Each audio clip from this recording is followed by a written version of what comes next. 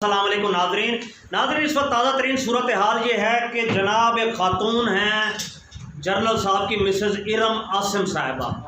ان کے اقدامات، ان کا پروپیگنڈا، ان کی چھلانگیں، ان کی کوششیں، ان کی ایفرٹس، یہ ایک نیا خوب رو اور اضافہ ہے پاکستان کی سیاست میں۔ عجب کھیل ہے، ہمارے ملک میں بھی نئے لوگ ہر روز نئے رنگ میں آتے ہیں۔ ناظرین آج ہم اس کے علاوہ بات کریں گے سیاست سے ہٹ کر، جنرل عاصم منیر ہوں، جنرل فیصل نصیر ہوں یا D G I general Nadeem Anjum ہوں، ان کی صورتحال کیا ہے۔ ناظرین یہ 3 لوگ ہیں اور 24 کروڑ کا ملک ہے۔ ناظرین کیفیت تو یہ ہے، ان کا ظلم ہو، ان کی بربریت ہو، ان کی فسطائیت ہو، اس وقت اس پر بات کریں گے جہاں لوگوں کو دن دہاڑے چار دیواری کا تحفظ پامال کرنا ہو، اٹھانا ہو، اغوا کرنا ہو۔ لاہور میں خواتین طیبہ راجہ اور صنم جاوید کے حوالے سے جن کی رہائی ہو اور اس کے بعد سفید گاڑی ان کو آ کر غائب کر دے، ان کے حوالے سے بات ہو، عمران ریاض کے حوالے سے بات ہو، پولیس اہلکار جانتے ہی نہ ہو کیا شکل بن چکی ہے۔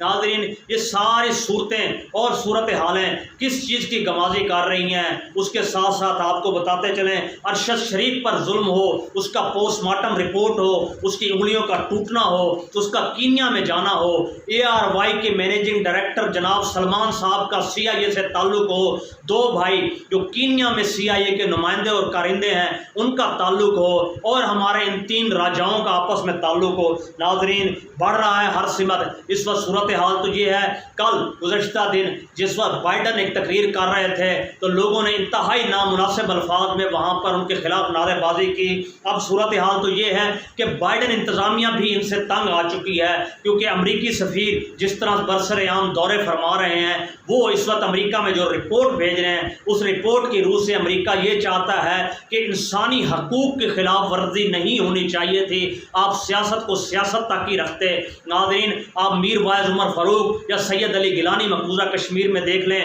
یا یاسین ملک کی صورتحال دیکھ لیں، یہ تو BJP گورنمنٹ نے بھی نہیں کیا، مانا کہ ان کو قید میں بھی رکھا، پابند سلاسل بھی رکھا، عقوبت خانوں میں بھی رکھا، نظر بند بھی رکھا، مگر ان کی خواتین کسی کے اوپر کسی طرح کے بات پرس نہیں کہی گئی۔ یہاں تو صورتحال یہ ہے، جو چند لوگ بولتے ہیں، چاہے وہ سوشل میڈیا پر ہوں، ٹی وی پر ہوں، عمومی طور پر ہوں، سیاسی طور پر ہوں، ان کو غائب کر دیا جاتا ہے۔ کس قدر سیاسی لوگ ہیں جو اس وقت زمین پر موجود نہیں ہیں، ان کے بارے میں علم ہی نہیں ہے۔ صورتحال تو یہ ہے، شیخ رشید صاحب کے بارے میں یہ کہا جا رہا ہے کہ ہم لا علم ہیں۔ آج سرفراز بگٹی جب بیان دیتے ہیں تو رانا ثناء اللہ صاحب جس کی تائید پر یہ بات کرتے ہیں کہ بگٹی صاحب یاد رکھیے گا شیخ رشید کا کیا حشر ہوا، بیان دینے سے پہلے اچھی طرح سوچ لیجئے گا۔ ناظرین کیا یہ تنبیہ ہے، کیا یہ دھمکی ہے، یا کیا پیش آنے والے حالات کا اس وقت پکچر ہے جو سرفراز بگٹی کو دکھائی گئی ہے؟ ناظرین جو کچھ بھی ہو، یہ رانا ثناء اللہ صاحب اپنی زبان نہیں، انہی 3 لوگوں کی زبان بول رہے ہیں جو اس وقت پورے ملک میں جنم لے رہی ہے۔ ہم یہی بات کریں گے، ان کی تو عہدوں کی عمریں 3 برس ہیں، وقت گزر جائے گا، مگر اس ملک نے آگے بڑھنا ہے، اس ملک کی ترقی نے آگے ہونا ہے۔ اس کے ساتھ ساتھ آخری بات کر رہے ہیں، چلیں جنرل صاحب کی مسز ارم عاصم صاحبہ صاحب کا وہ کیا پروپیگنڈا کر رہی ہیں، یعنی نواز شریف عمران خان کے حوالے سے جو اس وقت مووی بنائی گئی، ناظرین جو اس وقت بچوں کو دکھائی جا رہی ہے، APS کے 7th 8th اور 9th کلاس کے بچوں کو، اس وقت ارم عاصم صاحبہ کور کمانڈر کی مسز ہیں، جنرلوں کی مسز ہیں، بریگیڈیئر اور میجر جنرل کی مسز ہیں، اور میجر اور 2nd لیفٹیننٹ کی مسز ہیں۔ ان کو اکٹھ کر کے عمران خان کے اگینسٹ، پاکستان کی سیاست کے مخالف اور ان کی پازیٹیوٹی جو جنرل